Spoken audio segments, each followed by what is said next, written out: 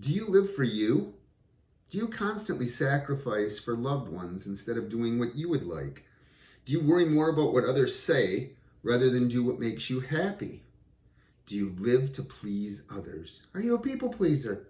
Welcome to Be a Better Person, a channel devoted to making us better and hopefully changing the world by changing ourselves, not trying to push how others should react or how others should be. We just are looking at ways that we can be better. Today's topic, who do you live for? So I think that a lot of my thoughts maybe aren't the same as yours. Maybe things that I think about aren't things you think about. And that's the whole purpose of this channel, is so we can talk about different things and we can hopefully have a great conversation. And maybe you'll show me some points that I didn't think about. Again, today's topic, who do you live for? So I think a lot of times we've been programmed to things that we should do and how we should live and what we should live for. And I'm not saying that people who want to devote their life to just helping others and sacrifice anything for them, because maybe that's what brings them joy, that's wrong. I'm just saying as I've gotten older, I start reflecting on things that I did and maybe sacrifice for myself. And again, I'm not trying to make it sound like, oh, poor me, I didn't get to do anything that I wanted. No, I'm just saying, had responsibilities and things that I thought that I needed to take care of. And then I'm mostly talking about things that were kind of, unfortunately, I'm using it again, society programmed us to how we should be, what we should focus on, what's important, instead of saying that, oh, we're selfish if we live for ourselves. We're selfish if we make sure that we're happy. We're selfish if we don't do the things that we think that we're told we should do to be not selfish. I worded that terribly, but hopefully you get the point of what I was trying to make there. So what I want you to really stop and think about is, who are you living for? Because again, we only have one life, and as you start getting older, you start realizing that your time is short and maybe you didn't pursue all the things that you should have done. So some things that I say that they didn't really necessarily add value or make me happy. They were great experiences. Going to college, great experience. I could have done every job that I've done in my life without ever have gone to college. I picked up stuff really, really quickly. I made myself an expert in whatever field that I was working in. But the experiences through college, even though some were, wasted on binge drinking and thinking that I was super cool, I was not. Those are things that maybe I would have liked to have done maybe somewhat differently. But like I said, the experience was great. I didn't come out of college with a bunch of debt. I paid it off quickly. So that's things. Your job is important. Like, the job is the most important thing. You should devote to your job. You should sacrifice for your job.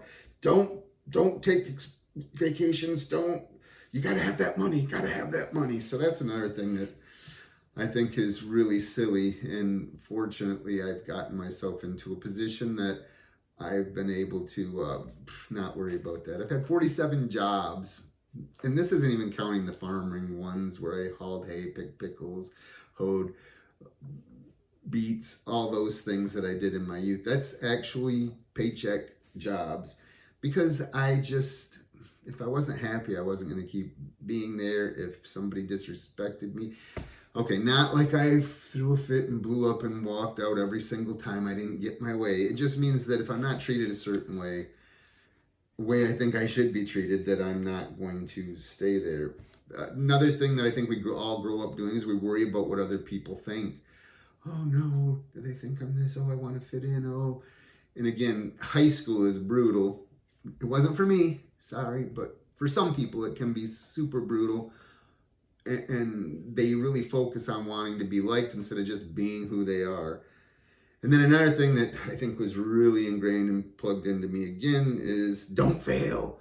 So again, you're living for other people's expectations instead of saying, hey, failing is how we learn. I don't care if I fail. If I do, I'll figure out why. I'll try to improve and I'll keep moving on.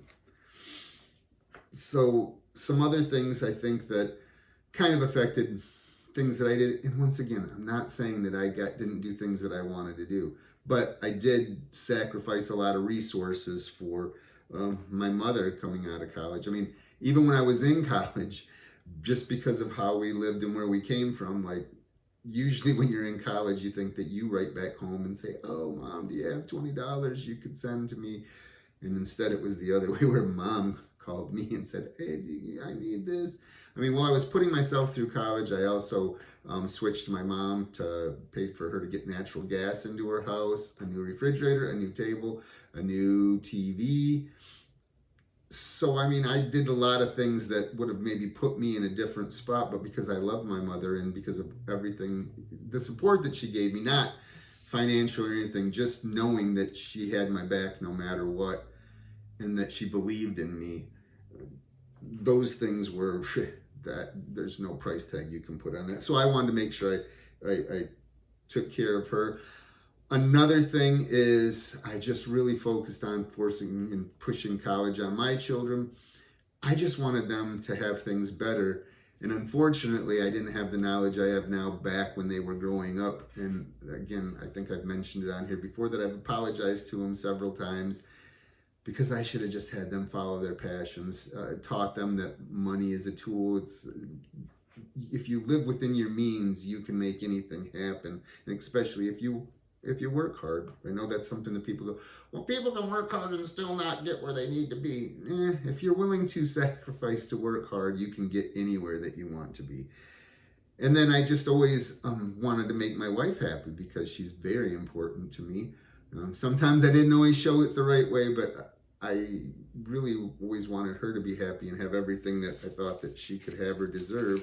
So again, I sacrificed for her doing that. So how do we make sure that we're living for ourselves, but still not being overly selfish and still giving of ourselves to others?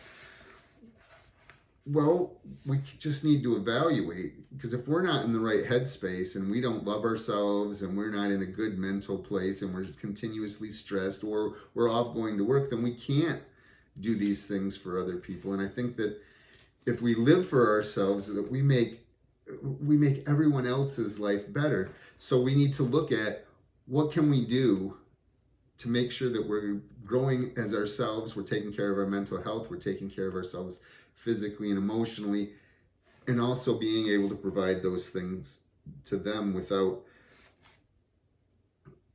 being self-centered and selfish. But taking care of yourself is not any of those things. And I think that sometimes we've, again, been taught, programmed, or however you want to say it, to think that, if we do those things, then we're being selfish. So I just always, like right now, I've been trying to follow a lot of my passions. I've been trying to just work on relationships, and then realizing that just spending time with people is all I really need. I don't need, stay home a lot, don't like to go out as much. Really cut back on, I still drink, but I do not binge like I used to back in the day. I mean, still occasionally a couple times a year when I get around some old friends of mine. And I know people go, oh, you need to get away from that because that's toxic. No, it's okay. It's a couple times a year. If it was every weekend, then yes, that would probably be an issue. So I feel like if I can continuously get better and I can be happy and I can feel successful and I can feel like I'm doing all those things for myself, that I'm more supportive of my family, and I can try and help them see the things that I think, or at least have conversations. So it's okay to live for yourself. It's okay to want yourself to be better. It's okay to improve. It's okay to care about your mental health. You just got to make sure that it's a balance, that you're not so absorbed with yourself that you forget those other responsibilities that you decided to have.